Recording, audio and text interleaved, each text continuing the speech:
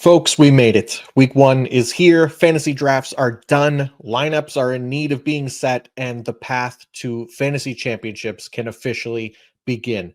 I'm John Macri, and for this episode of the PFF Fantasy Podcast, IDP edition, I'll be going game by game, providing as much week one IDP start sit advice as I possibly can. So let's get it.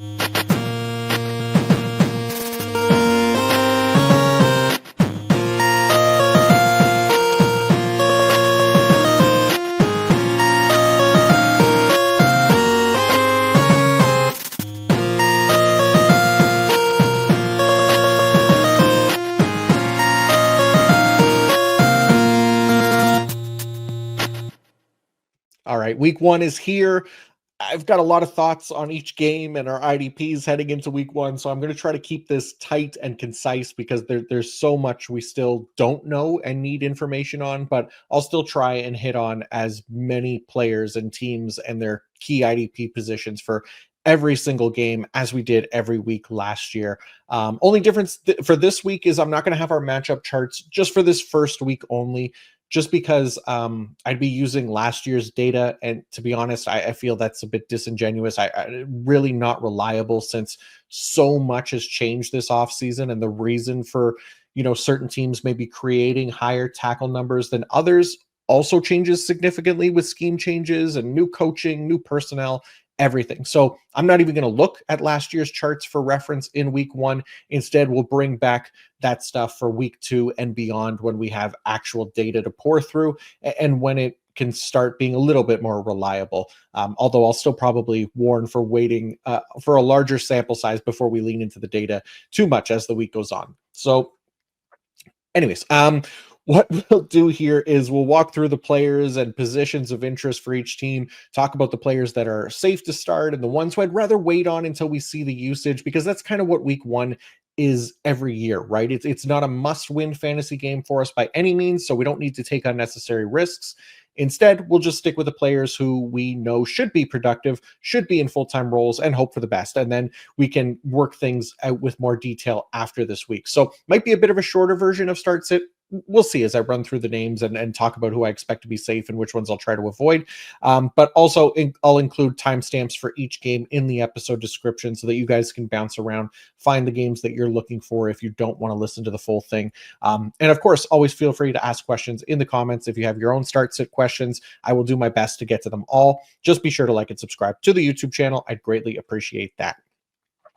All right, let's get started here. Also, the images that you'll see on the screen right now are just placeholders for week one. We'll have some nice matchup charts coming out next week, but since it is week one, I don't trust any of the tackle matchup data from last year. We'll go with this for 1 week so you don't have to just stare at my face for an hour and listen to my voice. My God, I can't imagine a worse hell just to get this IDP information, the best IDP information, of course, but nothing comes without a cost. No, I don't know. I'll stop. Now, let's get into it here. Thursday night football, Dallas Cowboys, Philadelphia Eagles. We're going to start with Micah Parsons. Oh, no, Micah Parsons is not on the Dallas Cowboys anymore. I'm sorry, Cowboys fans. That was mean. I didn't mean to do that.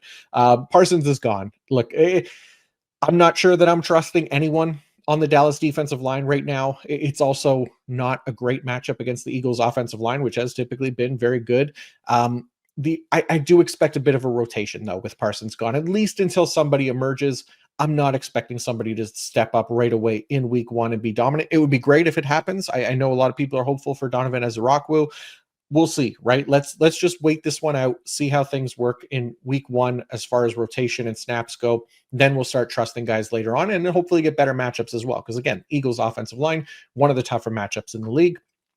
But for linebacker, I think we're starting Jack Sanborn. I think I have him as a high-end LB2 this week. So I'm looking to place him in lineups for the most part. I think the Eagles still going to be a run-heavy offense, and it's going to open up a lot of opportunities for our linebackers. Kenneth Murray for deeper leagues, if you have to start somebody. We don't really know what Kenneth Murray's role is going to look like, whether it's going to be full-time or what the case is. He also missed a lot of time in camp, so he might not even be a starter, but he is kind of the one that I'm leaning toward, at least as far as being who the LB2 is. If we can avoid LB2 in Dallas right now, I'd be fine with that. Let's just lean on Sanborn a little bit. And then, defensive backs, it's Donovan Wilson, Malik Hooker, they're fine options if needed, but really more for deeper leagues. For the Eagles, so we'll start with their linebackers. Zach Bond, Jihad Campbell. Obviously, Zach Bond, we know we're starting him. We saw what he did last year. There's no reason to be benching him.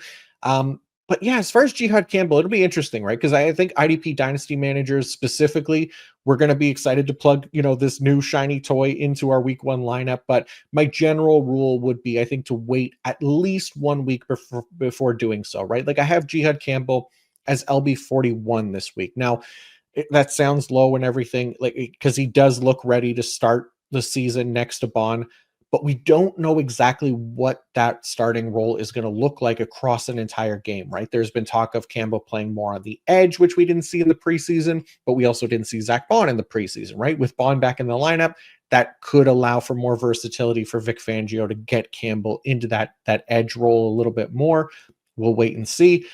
The other concern would be whether or not Campbell plays 100% of snaps, or if he's eased into kind of NFL action by rotating with somebody like a Jeremiah Trotter Jr., for example, which we did see a little bit in the preseason. So for now, let's wait a week on Campbell before kind of plugging him into all lineups. As the defensive line goes, Jalen Carter, I think a strong option for defensive tackle leagues. Nolan Smith, I think, is probably the best bet. I do think, I think Philadelphia is another one, right? Where we're going to see, I think, a lot of bodies at the edge position specifically, where guys are going to get rotated in. I think Nolan Smith is probably the safest bet of the group, but as far as like Jalix Hunt and Aziz Ojolari, those kind of guys, like I do worry a little bit that we see a bit more of a rotation at those other spots. So again, another situation where I'm not rushing to get those guys into my lineup here in week 1. A player that I am excited about for Philadelphia in week 1, Cooper DeJean. I think I have him as CB1 this week. One of the more intriguing defensive backs for this season. I think he's going to play some safety on top of his typical nickel corner role. I think that's going to be a nice way for him to get ideal IDP production. So for that reason, I got him as a top play this week. Again, he's already proved to be a strong tackler. Through 1 season of his NFL career, I think he's going to be in a good position to kind of keep that going here in year 2. So I do like Cooper DeJean. Reed Blankenship as well, also an option. All right, let's go to the Friday game now. So this one, we have a Friday game this week. It's Kansas City and the Chargers, so make sure you're aware of that as far as lineups go. It's in Brazil, I believe, so that'll be cool. Start with their linebackers, Kansas City's linebackers. Nick Bolton, I got him as an LB2 this week. He's your lone kind of full-time linebacker there in Kansas City. The Chargers should be a run-heavy offense, so I think Bolton has a chance here to be productive right out the gate. You could probably get away with a Drew Tranquil as well in deeper leagues, even if he's not full-time. Again, just because of the matchup here against the Chargers, I think it's a pretty decent one. Hey, maybe a little bit of a revenge game as well for Tranquil, who used to play for them. So more of a deeper league option, though, because again, I'm not expecting 100% of snaps for Tranquil. I am for Bolton more of an LB2. Kansas City defense backs, Shamari Connor. We talked about him a lot this preseason.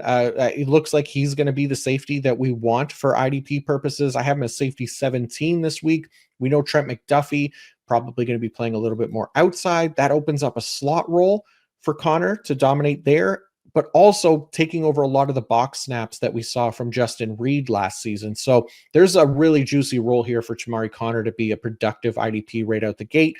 We'll see if that happens right away against the Chargers.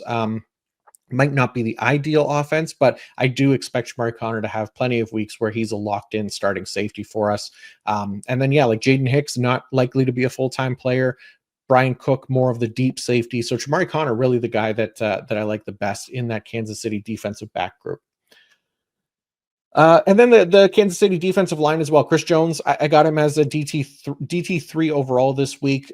Look, he's due for a positive regression this season. Not an easy matchup here in week 1. It's not terrible either. So I still like Chris Jones. Again, continues to be one of the elite pass rushers at the position. George Karlaftis, I got him as an edge 2 this week. He's going up against a not good Trey Pipkins, who is filling in for Rashawn Slater. Pipkins 49.7 pass block grade last season. So this should be a positive matchup for Karlaftis, even though he's not an elite pass rusher. So that's why he's really kind of just an edge 2 for me this week. And then Chargers linebackers, Diane Henley, he's the only one really. I got him as I think LB 14 this week, but I'm expecting probably a rotation between Denzel Perriman and Troy Dye and whoever else they mix in there. Junior Colson we know is out for the year, so even still, I mean, if you have to trust another option, it's probably Denzel Perriman. Ugh, it's gross though. I just really want to trust Diane Henley for this week. We'll see what the usage looks like and then figure out the Chargers LB2 from there. Kansas City also not like a very run heavy team, so they're kind of hit and miss for linebackers as well. And then their defensive line, Khalil Mack, Tuli Tuipulotu, I think could be fine options. The only thing is Patrick Mahomes, always difficult to take down, but I think both of those guys still startable where you have them and where you need them. All right, let's go to Arizona and the New Orleans Saints now. So for the Cardinals, oh, I didn't. Okay, well, there you go. There's a screenshot of the Chargers IDPs. Again, this matchup chart not great. We'll have something better for for week 2.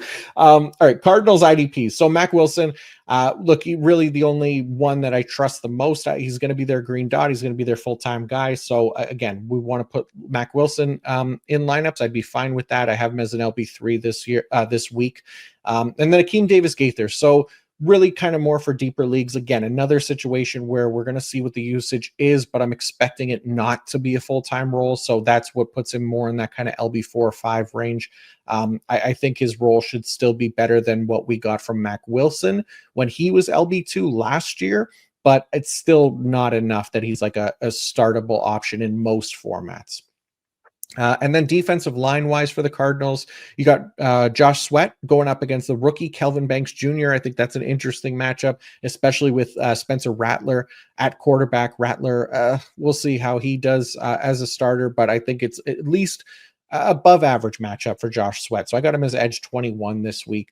And then Arizona defensive backs, I mean, Budda Baker, we know he's a safety 1. He's not going to leave our lineups here. And then Jalen Thompson, I think, is a fine safety 3 option. There's always going to be weeks where he's better than that, but I think that's where he's consistently going to be ranked for me, unless, he becomes this year's Budda Baker somehow. But that's kind of where I'm expecting the production I'm expecting from these guys.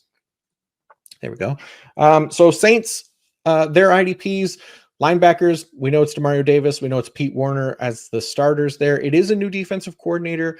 So I'm still not getting, overly excited about either linebacker just yet. Maybe we get a boost in value here with a new defensive coordinator from what they've been. I'm not overly hopeful. Really, Demario Davis kind of in that LB3 range, Pete Werner further down than that. So, yeah, we can start them if we need them. I think the roles are there's going to be enough snaps there, but again, we're not expecting big time production out of these guys. If we get it, great, but not likely going to be something we see on a weekly basis. Defensive line for the Saints. So Carl Granderson, who I continue to like this offseason and heading into the year, I got him as DL 25. I think he can be a strong start for us where we need him. And then Chase Young, also kind of an option there. Kyler Murray, he's hit and miss as far as, being able to sack, but he's definitely one of the more elusive quarterbacks. So it does make it a little bit more difficult on those guys, but those are really the 2 top options that I'm considering. And then on their defensive backside, Julian Blackmon is coming in to start. He's replacing the retired Tyrann Mathieu, but Blackmon likely to play more of that deep role. Justin Reed was probably going to play closer to the line of scrimmage. So he's really the one that I'd want more than Blackmon. But really, these are still safety 3 types here. The cornerbacks were really interesting last year with Dennis Allen as the defensive coordinator. I'll be interested to see how much of that transfers over to this season. Alontae Taylor, probably the one that I'm going to trust the most right now, just because he's likely going to be the favorite for the slot role. But yeah, I think, again, we got a whole new group here for the most part. We're not playing Ugo Amadi or anybody like that. Paulson Adebo's gone. I think for right now, Alontae Taylor would be the only one that I'd start in those CB required leagues. Okay, New York Giants IDPs versus the Washington Commanders. So the linebackers, right? We've kind of touched on this a little bit closer to the start of this season, at the end of the offseason, right? But their Bobby Okereke situation has a lot of red flags around it, right? So I am as LB 43 this week. the usage in the preseason, I think, points to him not being a full-time player to start the year. So we saw him share the dot with Micah McFadden in the preseason, and even Darius Moasow. He even came off the field on certain looks. So there's a lot of reason here to at least wait and see before expecting full-time production from Okereke in 2025. If you've got the option to sit him in week one, I would definitely be doing that. There's other full-time options we could plug into lineups. It's not really worth the risk here. I mean, he could always be efficient on the snaps that he does get, but Okereke, not exactly the most efficient linebacker historically either. So right now, he's more in that kind of LB4 range for me. For the Giants defensive lineman, Brian Burns, DL 15, Dexter Lawrence, DL 23. Both of those guys absolutely in starting consideration. I will be tempering a little bit expectations wise for Kayvon Thibodeau and Abdul Carter in week one. There might be a rotation there. Plus, it's not a great matchup versus Jaden Daniels and the Washington offensive line, which is pretty good. Also, Laramie Tunsil at left tackle. So tempering expectations for Thibodeau and Carter. We'll see again what the usage looks like, how much of a rotation it is. I do expect Carter to eventually overtake Thibodeau. I just think that right now there might not be enough snaps between the two of them, plus the matchup, that I'm probably waiting on both of those guys. And then defensive backs. I mean, the Giants they have DBs that we can use, right? Tyler Nubin, absolutely expecting strong usage from him. I think I got him a safety 3 this week. Javon Holland, I think, is more of a safety 3 type for, those deeper leagues. You got Drew Phillips as well. I talked about him this offseason, but somebody that can play that slot role, be really productive as a tackler. And then we got Paulson Adebo on the outside, who was the CB1 before he got injured last year. So he could be really interesting. It'll be a new defense and all that. So, but both of those guys definitely startable against the Commanders this week. Okay, on the Washington side of things, linebacker-wise, we know who these guys are: Bobby Wagner, Frankie Luvu. Wagner I got in the LB2 range, Frankie Luvu more in the LB3 range. I think we're good to start both of these guys. Hopefully Luvu isn't your LB1 and you have some good, reliable, true off-ball linebackers to play that spot for you, but fine starting him if he's one of your options. Washington defensive lineman, they added Von Miller. We'll see what he looks like. It's been a while since he's looked really good. He's also, somebody that struggled with health issues now. Dorrance Armstrong, fine. I mostly want to avoid this group. I just don't trust it. The defensive backs are more interesting, to be honest. I think Will Harris, I talked a little bit about him in the Sleepers episode this year, I think it was, who should be playing the box heavy role in Dan Quinn's defense. Really intrigued to see if he can be productive for IDP. I think he's going to get the opportunity to do so. But I think even Quan Martin, formerly known as Jartavius Martin, aka Jartmart, but he could also be a deep league option as well. Maybe more than that. We'll see what his usage is like too. And then Mike Sanderstill was really good as a rookie. I think he could take on a bigger role this year, be effective both playing in the slot and outside. I think he can be a great cornerback option for us as well. So I'd be fine starting him if you got him. Okay, Pittsburgh and the New York Jets. So Pittsburgh linebackers, we know it's Patrick Queen. The other spot, I'd probably wait on Peyton Wilson. As much as I'm hopeful for a Peyton Wilson breakout, this is a team that has typically rotated at that LB2 spot. And with the great mullet returning, Cole Holcomb making the team, it's at least a possibility that they continue to deploy the non-Patrick Queen linebackers on the team by situation-specific deployment.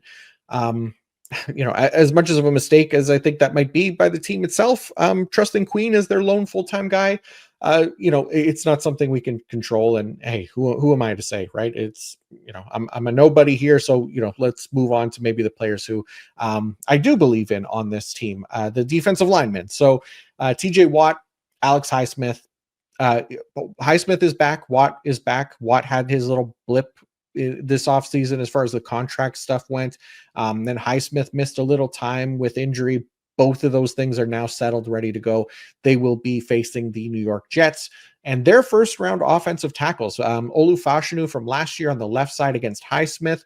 Fashanu had a 59.4 pass blocking grade last season. And then TJ Watt gets this year's first rounder, Armand Membu, not the easiest of matchups for the rookie, if I had to guess. So we'll see how elusive Fields can be this week, because I imagine he will be running a lot to avoid those two. And then you got a returning Cam Hayward in the middle as well. Obviously, he was an absolute beast last year at however old he is now, 69 or whatever it is, and still playing like a young man in his prime. I will say the interior of the Jets offensive line does look like their strength. So I have Hayward as like a low end DT1 this week. Although Elijah Vera Tucker, literally looking at the news right now, looks like he's going to be missing some time. I don't expect him to play. Season ending. So he's out for the year. So that definitely throws a wrench into things. But either way, like I still think that interior of the Jets offensive line is pretty good. Hayward, again, 69 years old. Nice. I will see how he does here in year, I don't know, what is it, year 14 or something like that? Year 13? My God. And then Justin Fields, who's definitely a much more mobile quarterback. So either way, still like Cam Hayward, going to be starting him. Steelers defensive backs, really Deshaun Elliott. We talked about him a lot this offseason. Really like him. We'll see how the matchup ends up being for safeties with Fields at quarterback, but I love Deshaun Elliott's potential for IDP playing in the box. He's an elite tackler at the position. He's shown that last year. So yeah, really excited about him. I would definitely be fine starting him this week. And on the Jets side of things, linebackers, Jamie and Sherwood, Quincy Williams. I'm obviously a big fan of Sherwood this season. I think this will end up being a really nice matchup for linebackers as the season goes on. We know the Steelers are going to run the ball under Arthur Smith, even with Aaron Rodgers there. We also saw a much more conservative Aaron Rodgers last season with a very low average depth of target. That would benefit Sherwood and opposing linebackers as well. I think I have Sherwood as LB3 overall this week, somewhere in that range. And then Quincy Williams, also a good option. He's just typically been a little bit more inefficient, but definitely startable. New York Jets defensive line, we got like Jermaine Johnson, Quinnen Williams. I'd be really interested to see how Jermaine Johnson looks coming off the Achilles and the injuries. Not someone I'm starting this week, but I think if he looks good early in the year, he will be a potential weekly starter for us. Quinnen is someone I'm expecting a better season from this year as well. I have him as a low-end DT1 this week. He's going to get a lot of opportunities against the run through the middle of that offensive line, but also a much better pass rusher than you would think based on his sack numbers. So I think he's somebody that can also have a better year this season. As far as the Jets defensive backs go, it looks like it's Tony Adams and Andre Cisco. It's possible one of these guys becomes IDP relevant this season. I mean, if you have to play week one, for those deeper leagues, give it a shot, but kind of gross. Okay, let's move to Miami and Indianapolis now. So we'll start with the Miami linebackers. Jordan Brooks, Tyrell Dodson, both should be startable. I trust Brooks more, but I think we'll get close to 2 full-time linebackers in this defense. I think that could be really nice for IDP purposes. I think both of these guys will have value each week, so definitely looking to trust them. Their defensive line is interesting, though, right? Because Bradley Chubb is back. Jalen Phillips is back. Chop Robinson looked great as a rookie. And then obviously Zach Sealer is there as well. So we did talk about this a lot in the offseason regarding Chop, where if Bradley Chubb and Jalen Phillips were healthy, that might reduce the role of Chop Robinson. The preseason did show us that a fair bit, actually, in the game that these guys started together, where Chop was not the starter next to Chubb and Phillips. Like, those guys clearly got more work with the starters and played a significant role. So I'm waiting on Chop this week. I'm fine if you have to start Chubbs or Phillips, whatever, Chubb or Phillips. Obviously Zach Sealer as well. You could start him, but Chubb, Phillips, we'll see how they look coming off injury. Ideally, you don't have to start them this week, but I'm fine doing so if you have them and you need them.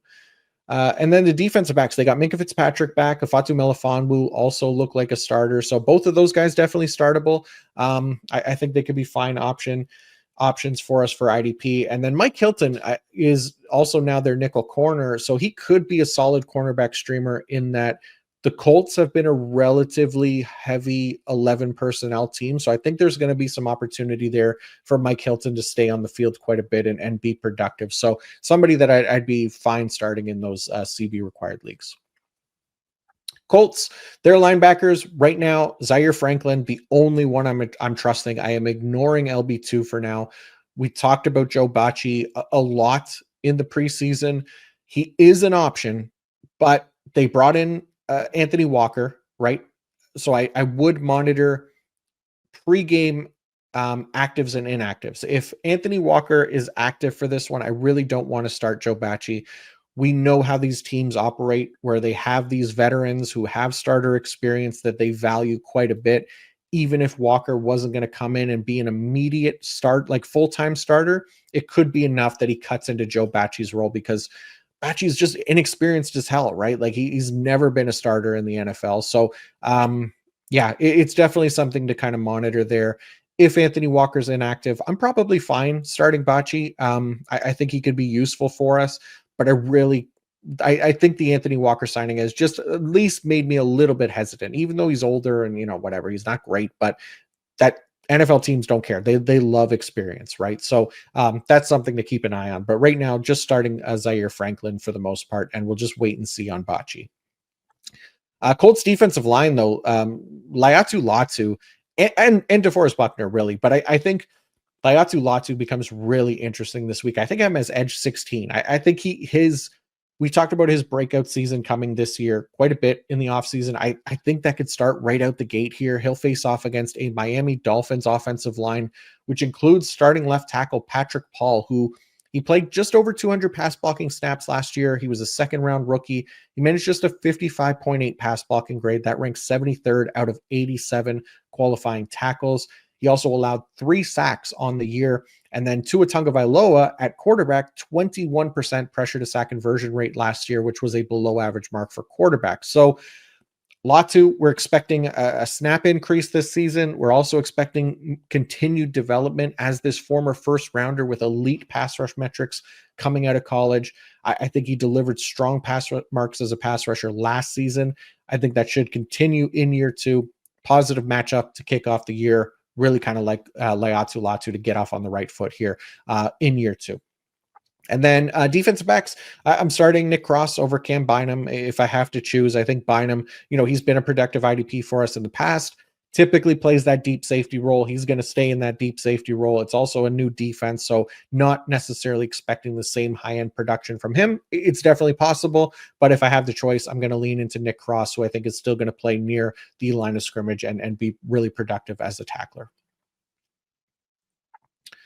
All right. Next up is the Las Vegas Raiders and the New England Patriots. So starting with the Raiders linebackers, look, Devin White, as all reports are saying, he is the full-time option. We saw it in the preseason. He is their green dot. As long as that's the case, he's going to have use to us in IDP leagues. So you can start him if you need him. Jermaine Pratt, the usage in the preseason was not great, right? We talked about that. It wasn't a full-time role. We saw him get used on the edge quite a bit, which we don't love for tackle efficiency. So really kind of like an LB4 or 5, Jermaine Pratt, where Devin White is kind of the lone starting option right now for most IDP formats. So until he loses his job and, all of that kind of stuff, or gets hurt or whatever the case is. But for now, Devin White is the starter. On their defensive line, we got Max Crosby is back. Malcolm Kuntz is back. This New England offensive line is not expected to be a good one. I'm firing up Max Crosby with absolute confidence. And even Kuntz, I think there's potential there for sure. We've seen it from him, but Max Crosby, absolutely a locked-in option for us once again. I'm expecting him to play close to, if not 100% of snaps once again this season. So, yeah, he's an absolute beast. Continue to play him. And then Jeremy Chin, as far as their safeties go, probably the best option there. I'm projecting about 40-ish% of his snaps in the box this season. So I do like Jeremy Chin quite a bit. We'll see how this New England offense looks and how many opportunities they give for our safeties. But Jeremy Chin, definitely the top option for me. And then on the New England side of things, their linebackers, we got Robert Spillane and Christian Ellis. Robert Spillane, locked in, full-time role, LB17 for me this week. Christian Ellis, Probably not going to be a full-time role. He's a part-time player, but still a starter. So definitely somebody that we can use in deeper leagues. I know he has the defensive line eligibility on Sleeper as well. If you're in a tackle-heavy league where you can plug him into the defensive line spot, I think he makes sense to use as like a DL2. Hopefully the usage, like snap share usage, isn't so low that he's ineffective, but if it's around 70-75%, he can definitely be useful in those tackle heavy formats. New England's defensive line, I don't know. There's not a lot to talk about. Harold Landry, I kind of have as a high end edge 3 this week. Milton Williams, Christian Barmore, both defensive tackle 2s this week. The Raiders' offensive line is solid. That's one thing I will say. It's not a bad offensive line. It should be not an easy matchup, but I think these guys are fine. The more interesting thing in New England is their defensive back situation, right? The safety situation specifically is one we're just going to avoid it this week. Kyle Duggar. Obviously, we covered it in the preseason. He was a cut candidate. He was a trade candidate. He was playing with the backups in the second and third preseason games. He was a clear avoid for IDP. It looked like Jabril Peppers was going to be the safer option. Then the team released Jabril Peppers. So maybe that revitalizes Kyle Duggar's IDP value. But I don't know, right? Like the team has obviously been looking to move away from him. So how much are we really going to trust that? I might feel the most comfortable starting Jalen Hawkins. I was going to say Craig Woodson. Probably not, though. It's probably Jalen Hawkins that I'm trusting the most if you really have to start somebody. Like I have him as safety 50, though. So there's so many defensive backs to choose from. We can definitely afford to wait and see before plugging any of these guys in our lineups. Even if Hawkins is the safest option right now, I don't think we need to be targeting New England defensive backs. Let's just wait and see how this thing looks after week 1. All right, Battle of the Cats is next. Panthers at Jaguars. Start with Carolina's linebackers because Christian Roseboom is a starting option for us this year. He's their green dot. He's going to be their full-time guy. I got him as an LB3 this week. I am wondering a little bit if the Jags offense will be a good one or not for opposing linebackers. I don't know where or what we're going to get from their run game. I think they'll also be pass heavy. Those two things typically aren't great for our linebackers, but we'll see. Roseboom definitely startable since he's a full-time player. I think Trevin Wallace for deeper leagues because I don't think he will be a full-time player, but definitely an option for us. Their defensive line, the Kardashian sisters are ready to go. DJ Wanham and Pat Jones. It doesn't matter too much how ass these guys are as pass rushers because they're going to play a lot of snaps. They're going to fall into production by default. So they get the job done and look, and they look good on paper, right? So for IDP, they look good on paper. So deeper leagues can definitely start these guys.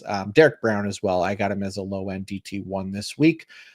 As far as their defensive backs go, the safety situation, right now it's Nick Scott and Trayvon Merrick. I want it to be Ransom as well. I've been getting a lot of Lathan Ransom questions lately, so I'm sorry if I haven't answered them all, but I feel like I've talked about him a ton lately for some reason, at least in DMs. Obviously, I really liked him at draft time. I think he will become a starter at some point because Nick Scott is hashtag not good. It's just a matter of when, right? And in the meantime, if we can be patient enough, we can wait and we could probably plug Nick Scott in our lineups for deeper leagues. We'll see how Trayvon Merrick does in a new system as well. He was really productive last year in Las Vegas because he had a box heavy role, but that could change this year, right? So he's on a new team, new defense. So not necessarily expecting the same from him. For the Jaguars, Foye is back. Okay. I'm expecting a normal IDP linebacker role for Foye Oluokun. I got him as LB8 this week. I keep wanting to say this year. I need to shift into week-to-week mode here.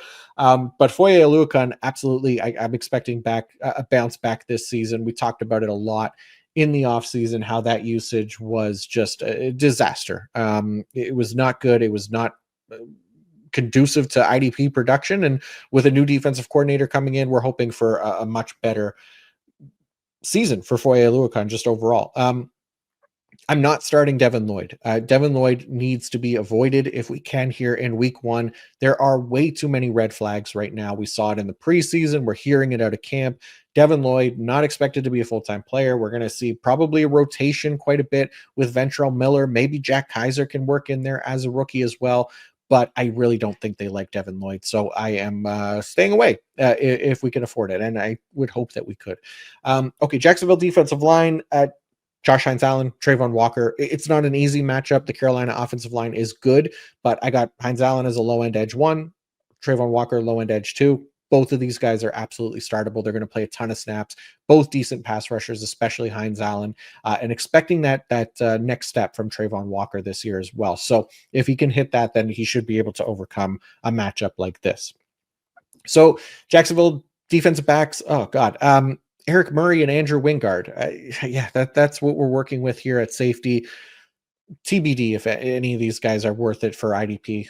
Hopefully you don't have to force one of these guys in your lineup, but if you do, that's who they are. Eric Murray, Andrew Wingard. Jordan Lewis, he's the nickel corner. He's at least interesting to me. The Panthers are an 11 personnel heavy offense. So I think Jordan Lewis playing out of the slot should get some decent snaps. He was a decent tackler last year. So should be a pretty good role there for him. I'd be fine plugging him into a lineup if you needed to. Okay, going to the Cincinnati Bengals and the Cleveland Browns next. We'll start with the Bengals linebackers, Logan Wilson, Demetrius Knight Jr., Logan Wilson, a perfectly fine start. We know that. I actually have Demetrius Knight ahead of Jihad Campbell this week. If we're talking rookie linebackers, we talked a little bit about the concern for Campbell there in the opening. I just have a better feel of kind of what to expect from Demetrius Knight, right? Like I'm expecting more of a normal linebacker role, close to full-time snaps. So I got him as LB 36 this week. I think he could be a perfectly fine start for us if we need him. As far as their defensive line goes, Trey Hendrickson is back. That's great.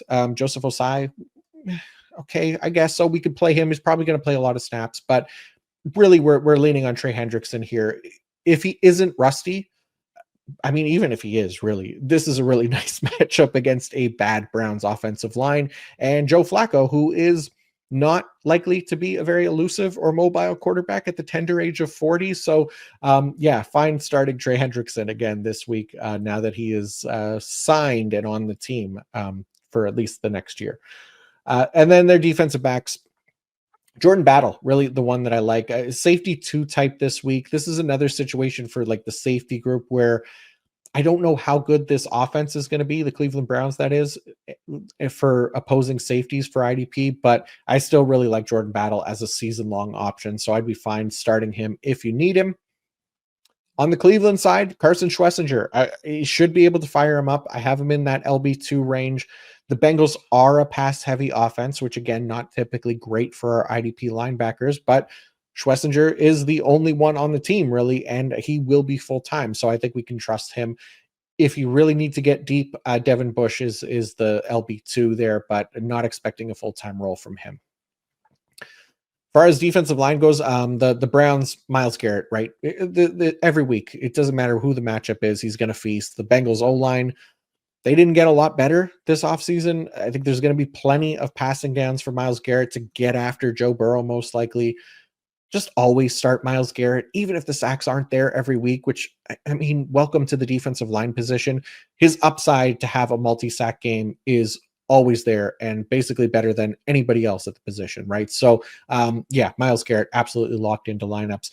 Defensive backs, Grant Delpit, I got him as like safety 4 this week. I feel pretty good about this matchup for our IDP safeties. Delpit should play in the box a lot as well, get a lot of opportunities, again, against a pass-heavy Bengals offense. So feel pretty good about Grant Delpit. We'll see how it turns out.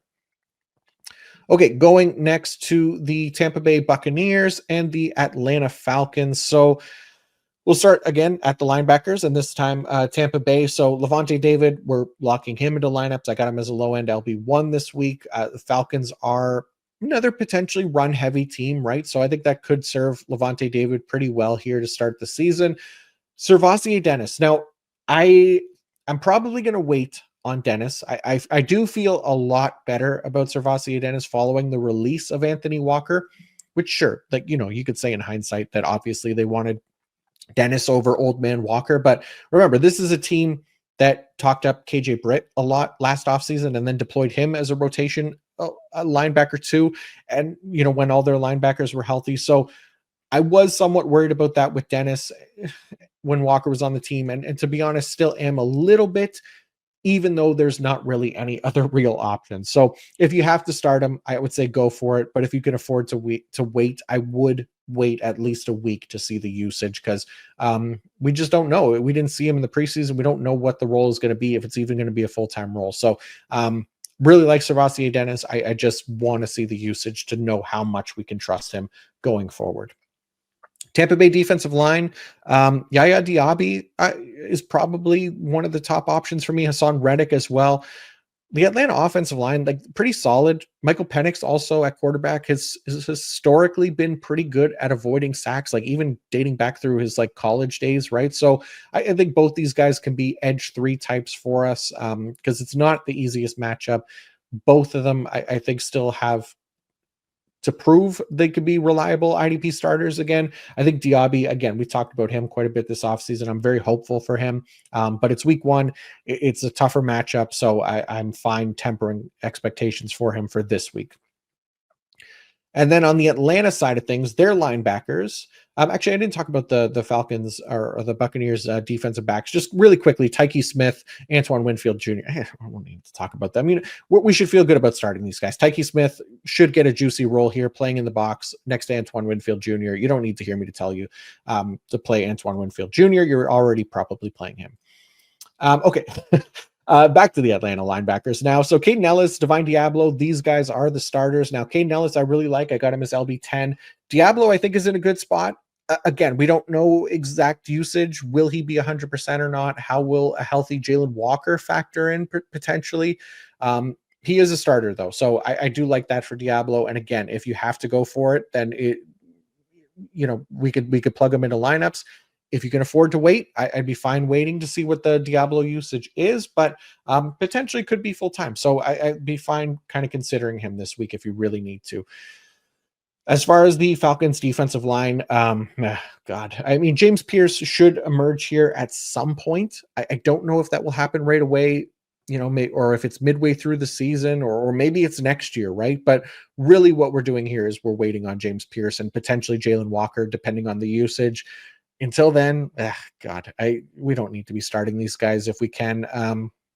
Atlanta defensive backs, Xavier Watts, Jesse Bates. Jordan Fuller was released, so Xavier Watts is in. I think the last preseason video we did, Jordan Fuller, all the usage pointed to him being the week 1 starter, and then they released him, right? So Xavier Watts is now going to be in a nice spot here to be productive for IDP. This is against a pass-heavy Tampa Bay offense as well, so really kind of like both of these guys in the Atlanta defensive back room. So yeah, definitely going to take a shot there. And then as far as the nickel corners go, because it is a good matchup, Tampa Bay an 11 heavy offense as well, but also a new offensive coordinator. So we'll see how much that transfers over. But it did look like Billy Bowman beat out D. Alford for the starting nickel spot. Again, not rushing to get him into lineups. We'll see how things look exactly. But again, if you really need to, Billy Bowman could be an option. Okay, before we go on any further, I want to let everybody know that this episode is brought to you by ZipRecruiter. And for anyone who has had to hire for their business knows, finding great candidates to hire can be like finding a needle in a haystack. You get too many resumes and not enough candidates with the right skills or experience, but not with ZipRecruiter. ZipRecruiter finds amazing candidates for you fast. And right now you can try it for free at ZipRecruiter.com/audio.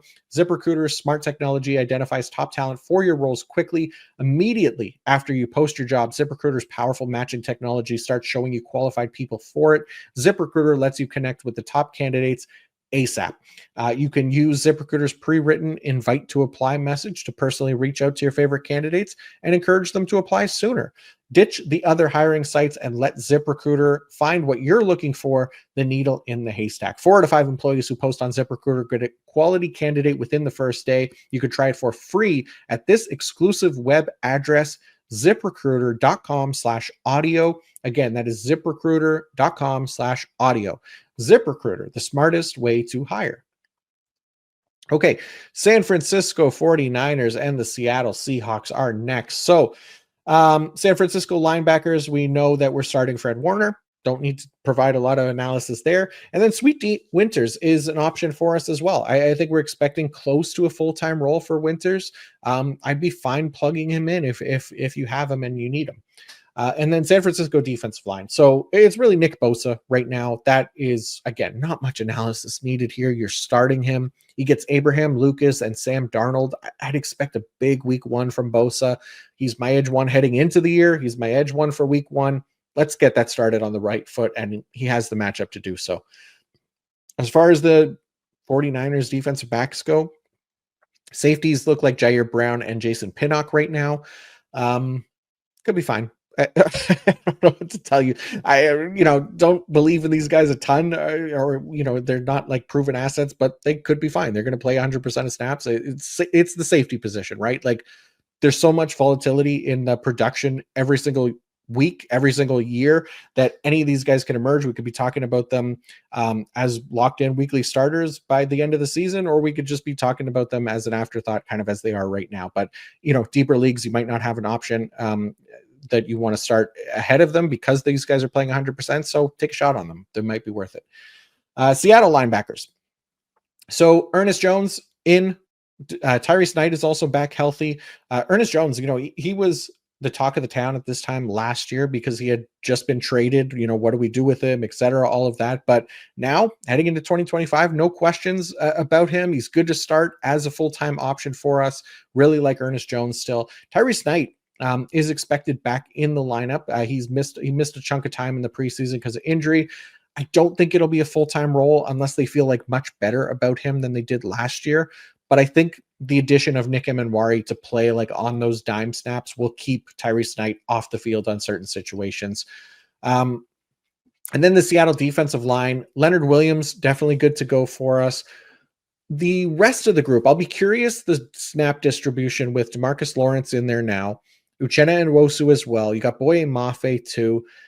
It was also a pretty good San Francisco offensive line last year. So Leonard Williams, I think, might be the only one I trust this week, but I could see maybe one Seattle edge emerging this season. Again, we need to see a distribution of snaps here to get an idea of who could play the best and who's going to be the best option for us for IDP. So defense back-wise, Julian Love, Kobe Bryant, those are our starters. Devin Witherspoon, I think you can start as well. I think Nick Emenwari is going to cut into those slot snaps, though. I don't think Nick Emenwari is going to be startable for us to start the year for IDP because I don't think he'll be a full-time player. But I do think he's going to get some looks in the slot, which is going to push Witherspoon outside a little bit more often than what he's been used to. So I do worry that he's not, necessarily going to be like in CB1 overall contention, but I think he could still be very productive, right? So I'm fine starting him still. I'm not starting him in Wari yet, and definitely fine starting Julian Love and Kobe Bryant. Okay, Tennessee Titans, we'll start with their linebackers as well. Cody Barton, yes, good to go. Fine there with him as a full-time player. As far as LB2 goes, let's just wait and see on this. This is like with the Colts bringing in Anthony Walker. For as much as we felt good about the team going with Cedric Gray as LB2, a veteran addition changes that optimism at least a little, right? So Kaiser White signed with the team. He's a former NFL starter. He has starting experience. He could cut into Gray's role a fair bit, if not take over it completely, right? So I wouldn't be surprised if that was the case. So for now, until we know for sure, let's avoid this situation if we can. And hopefully you can, because there are about like 60-ish other linebackers that I'd probably start ahead of Cedric Gray this week. Like it can absolutely work out, sure. But the point is we don't need to take that risk in week one. If Kaiser White is inactive for week one, I'm fine with it. Still going to be on the low end of starters for me because I still don't think it's going to be a locked in full-time role. It could be, but they did like James Williams at least a little bit. Maybe he rotates in there some. Okay, Tennessee defensive line. Oh, God. As much as I knocked on the Panthers' edges, man, Tennessee might not be much better with Arden Key and Draymond Jones. They've had their moments in the past as well, but they're probably going to play a lot too. So I don't know. It's gross. These guys, they're like the Kardashian sisters, stepsisters, or whatever they are. I can't think of their names off the top of my head. But yeah, another edge group that is just ass. But hey, at least we have Jeffrey Simmons. We could lock him in for week one. Jeffrey Simmons, love him. Yeah, shout out to him for saving that defensive line. And then their defensive backs, Xavier Woods, Amani Hooker, fine starters. Again, another safety situation where we're getting full-time guys. They could be useful for us for IDP. They could be nothing, right? It's just one of those things. We can take shots if we need to. But man, this defense might be really bad. I don't know. Okay, let's go to Denver here because the Broncos linebackers are interesting. Dre Greenlaw and Alex Singleton.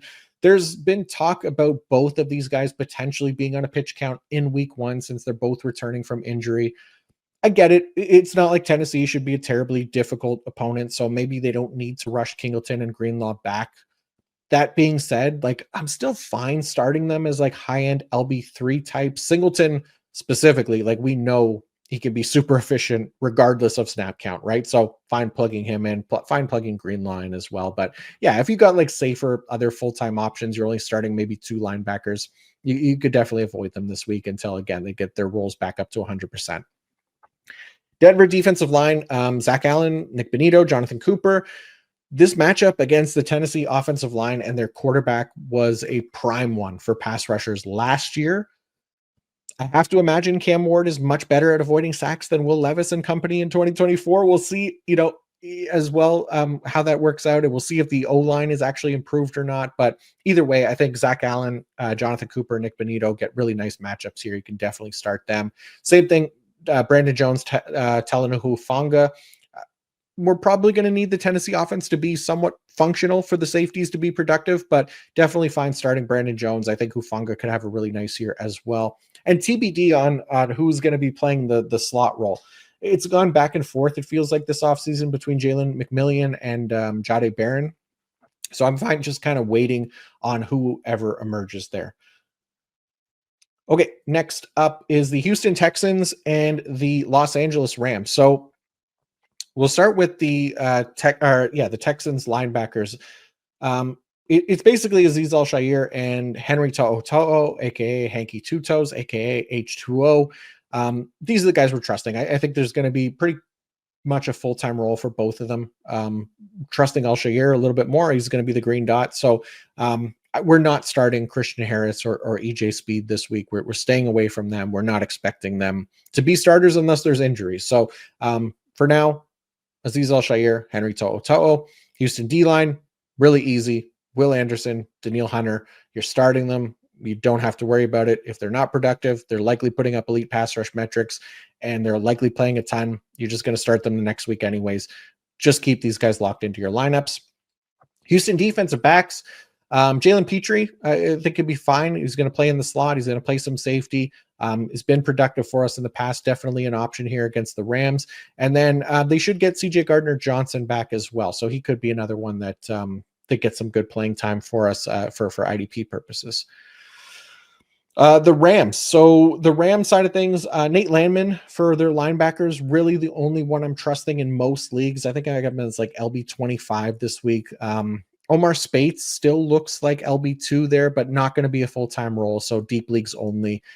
The Rams defensive line, I really like. Jared Verse, Byron Young, Kobe Turner, Braden Fisk, like all these guys have a nice opportunity here in week 1. Kobe Turner, I talked about him this offseason. We just did the My Guys episode. He made the list there. We did the Dark Horse GT1 episode, and he was my pick there. And he draws a really nice matchup right out the gate against PFF's lowest ranked offensive line unit from this offseason. That's the Houston Texans, obviously. So Texans interior offensive line, it is comprised of center Jake Andrews, who has fewer than 100 offensive snaps to his game.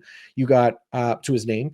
You got the right guard Ed Ingram, who ranks 64th among 73 qualifying guards in pass blocking grade last season with a 49.1. And then you got left guard Laken Tomlinson, who's really bounced around the league quite a bit in recent years, and he allowed 6 sacks last year, which was tied for 7th most among offensive guards. So Kobe Turner, Braden Fisk really should get a lot of opportunities to get after CJ Stroud, who also took the second most snaps or second most sacks in the league in 2024 with 52. So love this matchup for the Rams pass rushers. It's always possible the Houston Texans improve. CJ Stroud gets rid of the sack stuff. But yeah, high on all of them. I got Kobe Turner is like DT4. I think Jared Verse is edge 4 this week. So expecting good things from the Rams D line. Defensive backs, Quentin Lake, definitely like him quite a fair bit. Cam Curl, I don't want to have to start him, but I understand that, leagues where we might not have an option, Curl could be interesting as somebody that could rotate down toward the line of scrimmage. He was just so ineffective last year. It was frustrating.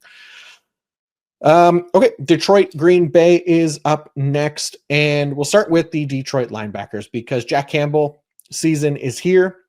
I got him as LB12. I got Anzalone as LB44. Look, I had a talk with Dan Campbell and the Lions coaching staff this offseason and explained to them very nicely that this is the way that it should be. Jack Campbell is the full-time guy. Alex Anzalone is used situationally, okay? They said they agreed. Now let's see if they're men of their word. If not, then the next time that I'm in Detroit, it's going to be on site, as they say. But we'll see what happens there. But feeling very good about Campbell's season in Detroit this year. I do expect him to be an LB1 for us potentially. So yeah, firing him up. Also, Hutch is back. The loss of Hutch last season, it quite literally nearly broke me. I had him in too many places. He was easily on pace to smash as the overall IDP 1 defensive player of the year, all of that. Obviously went bad. He got hurt. Now, let's see him just stay healthy and return to form. Okay. Is that too much to ask? It's really all I ask. I don't ask for much after all. Like it's not a great week 1 matchup. I don't care. If he's the same player he was last year pre-injury, it doesn't matter, right? I'm starting him where I got him. I'm not thinking twice about it. Aiden Hutchinson, hopefully, please stay healthy this season. And then, yeah, Brian Branch, we definitely start him. I don't need to go into too much detail there.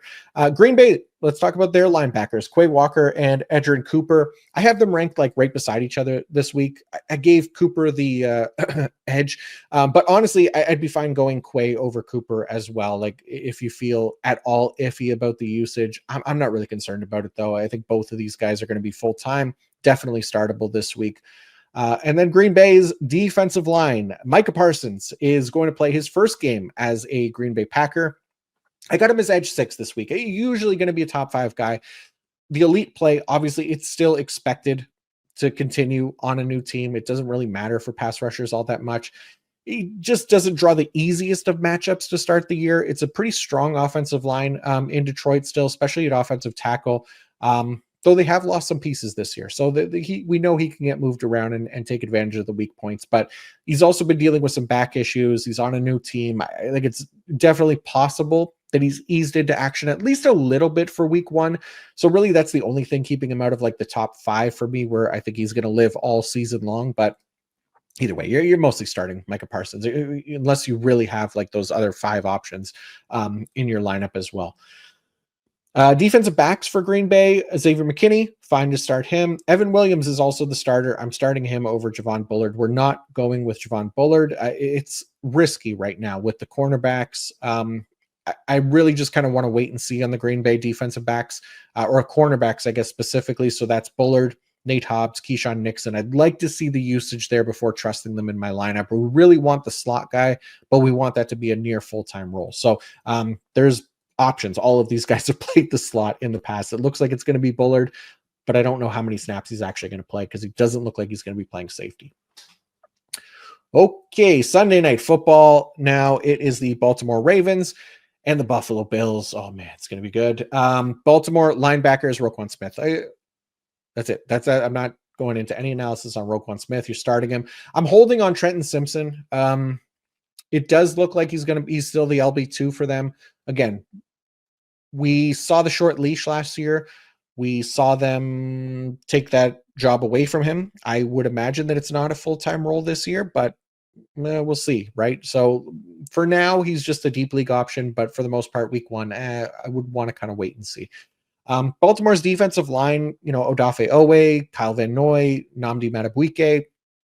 I think Mike Green becomes a bigger part of this defensive line at some point, just not trusting him right out the gate.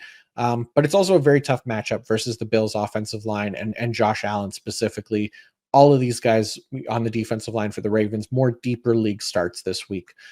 Then defensive back Kyle Hamilton, I think I have him as safety 1 this week. Malachi Starks could be a fine option as well. Likely going to be a full-time role, but probably somebody that's going to play a little bit more deep, specifically more deep than Kyle Hamilton, which is not exactly what we want. For the Bills, their IDPs. So Terrell Bernard absolutely is in a locked-in option for me. I got him as LB7 for this week. I'm expecting the Ravens to be a run-heavy offense again. I don't think that's, a big question. We know what they are. So that's going to be good for opposing linebackers. I think even Matt Milano could be in play here, right? He was playing close to a full-time role during the playoffs last year. So if he's healthy, I think they could go back to playing 2 full-time linebackers. I'd like to see it first, but this is kind of the matchup where I'd be fine putting him in if you had to. He hasn't been overly efficient with his opportunities. That's the only problem. But again, I'm expecting this Ravens offense to be a good matchup for our IDP linebackers. We'll see how that shakes out. Bills defensive line, Greg Rousseau, Joey Bosa, Ed Oliver as well. I like these guys. I just don't like the matchup as much. The Ravens offensive line is solid. And Lamar Jackson, obviously elusive as hell, right? So Rousseau, more of kind of a lower end edge 2. Bosa, more edge 3. Now the defensive backs, the safety specifically. So they brought Jordan Poyer back. This is another situation I'm not trusting week 1. Because Cole Bishop did look like he was going to be the starter, but Poyer coming in, I don't know, that might throw a wrench into things, right? So it's week 1. We don't need to force anything. Let's just wait and see. It's definitely possible that they want Poyer to start over Cole Bishop. It's also possible that they're fine with Bishop as the starter. Poyer's there just as insurance. Maybe Poyer starts over Taylor Rapp instead. We don't really know just yet, so I don't think it's worth the risk here. I'm fine just kind of waiting on this situation. And last game of the week, Monday Night Football, Minnesota Vikings, Chicago Bears. So let's start with the Minnesota linebackers. Blake Cashman, definitely starting him. I got him as LB6. We shouldn't be starting Ivan Pace. I love Ivan Pace, obviously, right? We know how effective he can be when he's in a full-time role, but this was the worst snap distribution for a linebacker 2 last season. It was like less than 40% each week. So that's Ivan Pace. And week 1, we have to have better options than that. Okay. So don't plug Ivan Pace in your lineup if you can avoid it. Their defensive line in Minnesota is interesting. Andrew Van Ginkel, Jonathan Grenard. Like if Caleb Williams is going to have as bad of a pressure to sack conversion rate as he did last year, then, my whole Van Ginkel regression season theory is going to get off to a bad start. That being said, it is an improved offensive line. It's a potentially improved offense as well. Both of these guys, I think Van Ginkel, Greenard, I think could still be high-end edge 2s for us this week. Instead of, getting out over our skis with these guys. Andrew Van Ginkel specifically, expecting him to, pick up right where he left off, I think is not likely to happen, but it's at least a fine matchup, if that makes sense. And then Josh Metellus, definitely starting him at safety. Harrison Smith is out. So Theo Jackson could be a nice fill-in option if you need somebody. This Vikings defensive back group has typically been pretty productive for IDP, so I think Theo Jackson could be a nice option for us as well. And the Bears. So the Bears IDPs, they're linebackers, TJ Edwards, Tremaine Edmonds. I am curious to see how Dennis Allen's defense looks, but I continue to like TJ Edwards more than Edmonds, but both of these guys are fine. If Allen goes with more one linebacker looks like he has in the past, then obviously that'll change, but not truly expecting that. So I'm good with both guys as starters this week, just not treating them as like high-end ones, I guess, for now. Defensive line-wise for the Bears, Montez Sweat, he has to be better than he was last year. He's more of an edge 3 type this week for me. It's, again, not the best matchup. But Gervon Dexter as well, Sexy Dexy Jr., more of a DT2 type. Those are the 2 guys that I really like the most if I have to pick anybody on the Chicago defensive line. And then their safeties and defensive backs, Jaquan Brisker, Kevin Byard, also definitely an option. But Brisker should be back and ready to go. I think this will also end up being a positive matchup for safeties going against Minnesota. But I think Brisker is going to be, again, playing in the box quite a bit. He's an elite tackler. just please no more conkies for Brisker. We can't have that. He's too good of an IDP to be missing out time with concussions. And then Kyler Gordon also in play. I think he should get a lot of work out of the slot and outside, which when the team isn't in nickel. And I really like Kyler Gordon this year for IDP purposes. So I'd be hopeful for him as well. All right. There you have it, folks. Our first start sit episode is officially wrapped. And I hope that helps you set your lineups. But as always, if you have more questions, don't hesitate to ask on the Twitter at PFF_Macri or here in the YouTube comments. Of course, I just ask that you please like and subscribe. Also, starting next week, I'll have much better matchup charts. We'll have some real 2025 data to work off as well. So we're going to get stronger as the season goes on. That's the main thing as we kind of roll into a fantasy championship.